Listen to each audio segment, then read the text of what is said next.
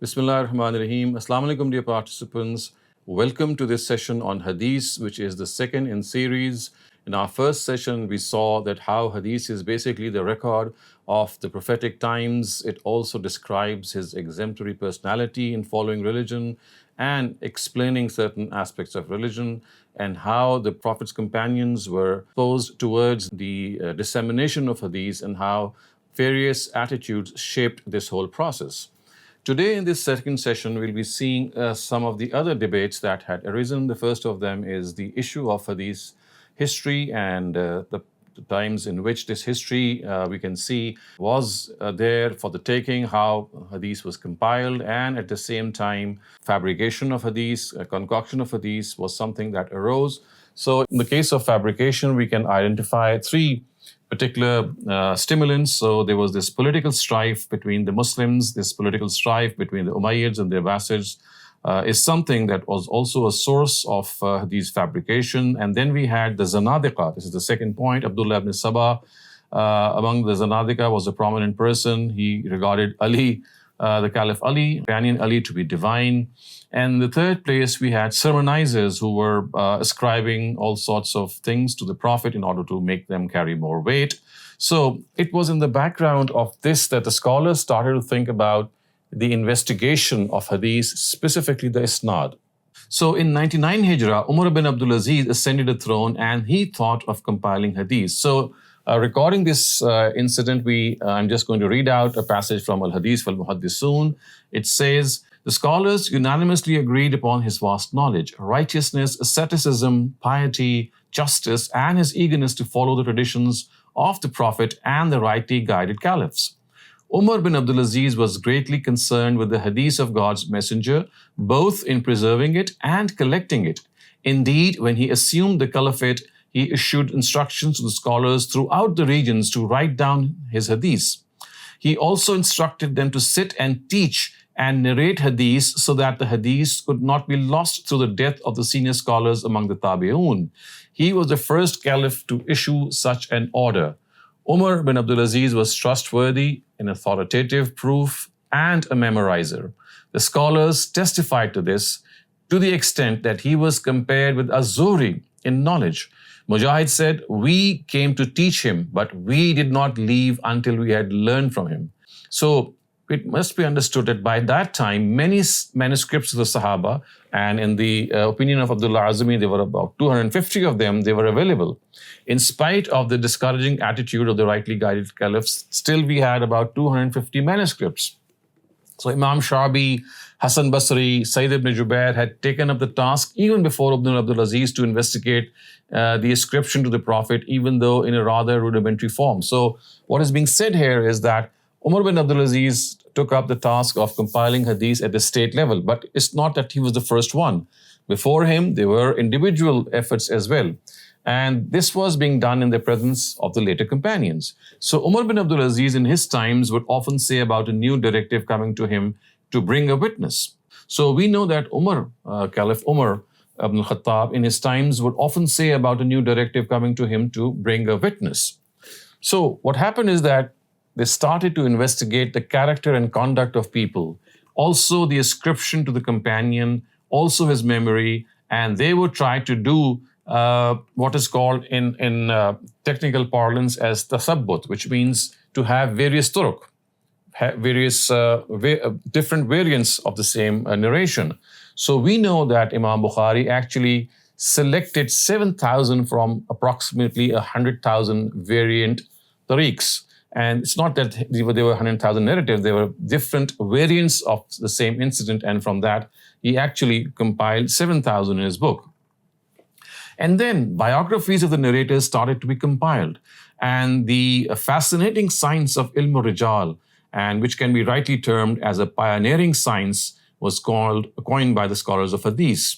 At the beginning of the 2nd century Hijri, the commander of the faithful, Umar bin Abdul Aziz, wrote to his governor and judge in Medina, Abu Bakr ibn Hazm, "Look for whatever exists of the Hadith of God's Messenger and write it down, for I fear the disappearance of knowledge and the passing away of the scholars."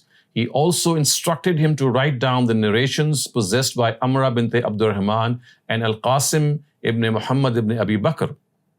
Likewise, he wrote to his governors in the major Islamic cities, ordering the collection of hadiths.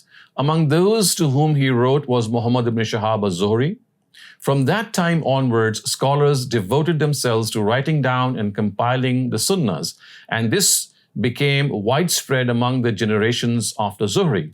So we have Ibn Jurayj and Ibn Ishaq, who wrote in Mecca, Malik wrote in Medina, Rabi ibn Sabih, Sayyid ibn Aruba, and Hamad ibn Salama, who wrote in Basra, Sufyan as-Sawri wrote in Kufa, Al-Uzai wrote in Syria, Hushaym wrote in Wasit, Ma'mar wrote in Yemen, Jarir ibn Abdul Hamid and Abdullah ibn al-Mubarak wrote in Khurasan. The process of compiling hadith had begun towards the end of the Umayyad period, as mentioned above.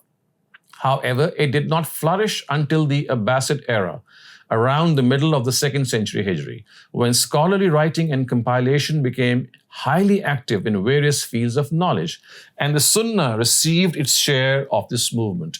Yet, where are those extensive compilations gathered by Az-Zuhri and the Hadith scholars who followed him? Very little of them has reached us. Apart from such works as Al-Muwatta of Malik ibn Anas, Musnad of Ash-Shafi by Muhammad ibn Idris Ash-Shafi, Al-Asar by Muhammad ibn al-Hasan Ash-Shaybani, one of the transmitters of Muwatta who died in 189 Hijrah. And then, viewers, came the 6 canonical collections, which we are very famous. In the 3rd century, great scholars like Ali ibn Madini, Yahya ibn Ma'in, Abu Bakr ibn Abi Shayba, Abu Zur'a Razi, Abu Hatim Razi, Tabari ibn Khuzaymah, ibn Sa'd, Ishaq ibn Rahawayh, and ibn Qutayba, all of them, they played their role. And ultimately, we had those primary 3 books, Muwatta, Bukhari, and Muslim. And we have biographies of 10,000 Sahaba compiled, out of which there were only about 1,200 who have narrated. And Muhaddiseen have presented their standard for investigation.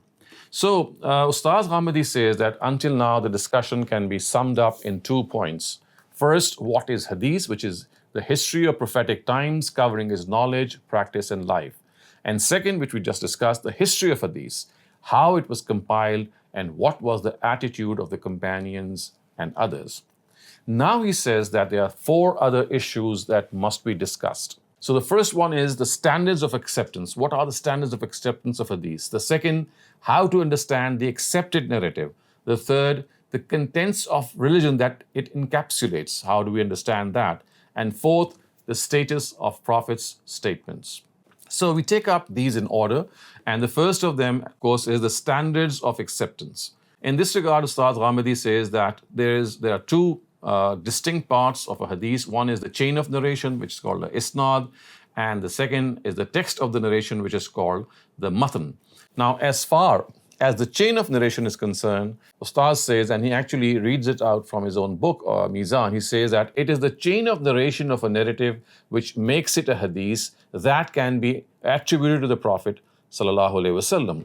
In addition to any hidden flaws in the chain of narration of a hadith, which are called ilal, the probity of the narrators, which is adl, their grasp and memory, which is called zabt, and their contemporaneousness, which is called ittisal. So these are the 3 standards which should be kept in consideration in the light of the material which the scholars of hadith have painstakingly made available. This is the standard which scholars of hadith have put forth for the examination of the chain of narration of a hadith, and is so sound that no addition can be made to it nor anything taken away from it. Since attributing something suspect to the Prophet sallallahu alaihi wasallam can be of severe consequences in this world and in that to come, it is necessary to apply this standard without any lenience and with absolute impartiality to every narrative attributed to him. Only those narratives should be considered acceptable which fully conform to this standard. Thus, no narrative attributed to the Prophet, even if found in primary works as Al-Jami' al-Sahih of Imam Bukhari, Al-Jami' al-Sahih of Imam Muslim, and the Al-Muwatta of Imam Malik, can be accepted without application of this standard. Now we come to the second point, and which is the text of a hadith. Regarding this, Ustaz Ghamidi again reads out from his book Mizan. He says that after investigating the chain of narration of a hadith, the second thing which requires investigation is the text of a hadith, which of course is the mutton. So, although scholars of Hadith have left no stone unturned in investigating the characters and biographies of the narrators and have spent a greater part of their lives in this research, yet, like every human endeavor, the natural flaws which still exist in the narration of a Hadith require the following two things must always remain in consideration while investigating the text of a Hadith. Number one, nothing in it should be against the Quran and Sunnah. Number two, nothing in it should be against established facts derived from knowledge and reason. It has already been explained that in religion, the Quran is the mizan, which is the scale of truth, and the Furqan, which is the distinguisher between truth and falsehood. It is like a guardian of every religious concept, and it has been revealed as a barometer to judge between what is right and what is wrong. Thus, no further explanation is required of the fact that if anything is against the Quran, then it must stand rejected. Similar is the case of the Sunnah. Whatever religion has been received through it is as certain and authentic as the Quran, as has already been explained earlier. There is no difference between the level of authenticity of the two. Just as the Quran is validated through the consensus of the Ummah, the Sunnah is also determined from its consensus. Since this fact is an absolute reality about the Sunnah, thus, if a Hadith is against the Sunnah, and if there is no way out to resolve a conflict between the two, the Hadith in consideration must necessarily be rejected. Established facts derived from knowledge and reason also have the same status in this regard. The Quran is absolutely clear that its message is based on these established facts. Even its arguments on such basic issues as Tawheed and the hereafter are primarily based on these facts. It is the requirements and demands of these facts which the Quran highlights through its teachings. Every student of the Quran is aware that it presents these facts as deciding factors for the message it puts forth.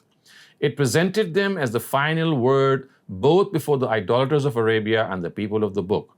Those who oppose these are regarded by it as people who follow their base desires.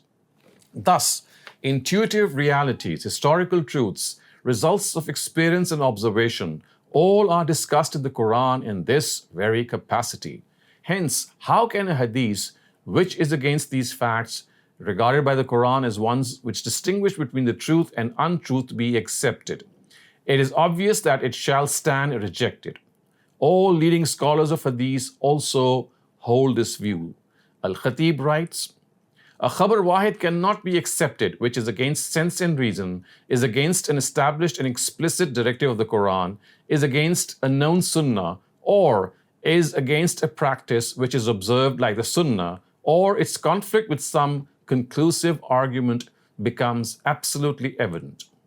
So, viewers, we have covered the first point regarding the acceptance of Hadith, and we have seen that as far as the isnad or the chain of narration is concerned, and as far as the mutton or the content is concerned, what are the criteria that must be accepted. In our future sessions, inshallah, we'll take up the remaining three questions.